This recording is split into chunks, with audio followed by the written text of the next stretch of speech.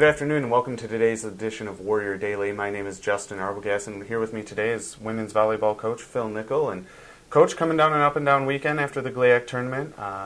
Wednesday night you guys take down Ferris, who was seeded number 2, and then you followed up with a loss Saturday night to Grand Valley, but a hard-fought match. So tell me a little bit about the tournament. We were really excited. You go into the tournament, it's kind of like a new season. You get a chance to start over. Everybody, obviously, they seed you based on how you did during the season, but kind of everybody's on equal ground at that point. So we went over to Ferris, and played probably our best match of the season. The girls came out with a lot of intensity and played really hard and did what they needed to do. And it was fun to watch and very inspiring to see them play that way. So we came off that. It was a fairly short turnaround and getting ready to go. And we went to Northwood, actually hosted the tournament, the semifinals and finals. But we got to play Grand Valley, who we had lost to earlier in the season, and I really hadn't played that well. So I was really excited to get a chance to play them again. And the girls came out and played again, the same intensity that they had against Ferris. And the first 3 games were incredibly close, and had a chance to win game 1 probably, and couldn't quite pull it off. And then came back and won game 2, and then in game 3 we had 3 swings at a game point and just couldn't put it away. So, and when you play good teams like that, you got to take advantage of those opportunities because they're good, and you're not going to give you a bunch of opportunities. So game 4 kind of got away from us a little bit. I think we kind of ran out of gas a little bit. It was so intense, and but it was a good way to end the season.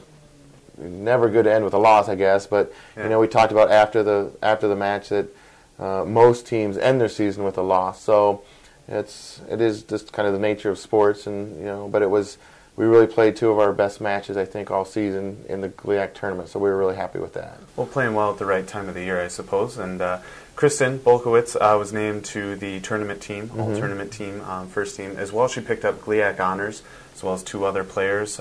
Kristen was first team. We had Lindsay Graciak as the second teamer, and then Sydney was honorable mention. You do have Kristen coming back, but you are losing the other 2. So explain a little bit now as the season ends how you replace some of those girls that are now leaving. Well, it's always difficult, and that was one of the things we talked about after the match. Is that's the worst part as a coach, I think, is sitting there trying to talk to the team after your last match of a season and those seniors. There's nothing you can really say to them at that point that's going to make them feel any better. So, but those 3.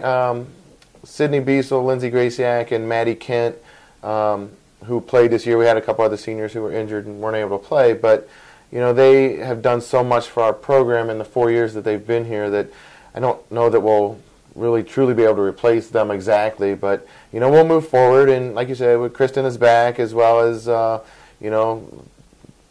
or so other players. So we have a good core of people coming back, and we have some new players coming in, and we'll get started after the first year, getting focused and ready for that. So it'll be here before you know it.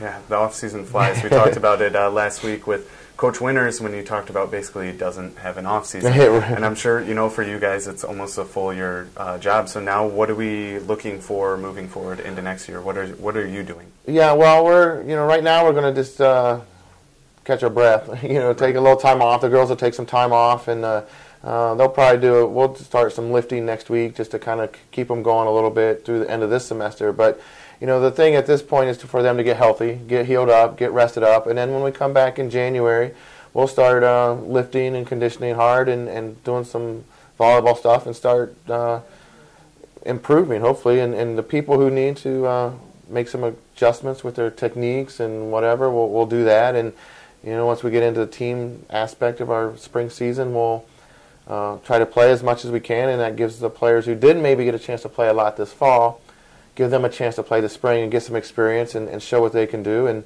that's kind of what our spring is. It's a matter of learning new techniques or adjusting techniques and learning new things and getting as much playing time as we can, so that when we hit next fall and the season that really counts, hopefully we'll be ready. And that's kind of what our goal is. Well, it's good. And you mentioned we do have a very strong core coming back, and players like Kristen as well are sure to help the success of at least next year moving on after this year. So yeah, no, we've got some really good players coming back, and like I said, we've got 3 that have signed so far. We're waiting on one more for sure, and that's going to be a very talented recruiting class coming in, I think. So with the combination of the returners and the new players, I think we should be ready to go when we hit the court next fall. Awesome. Well, that's good news, and that's a good thing if you're a Warrior volleyball fan, so we appreciate you coming by today, Coach. No problem. Thank you. That's going to do it for today's edition of Warrior Daily with Coach Nickel.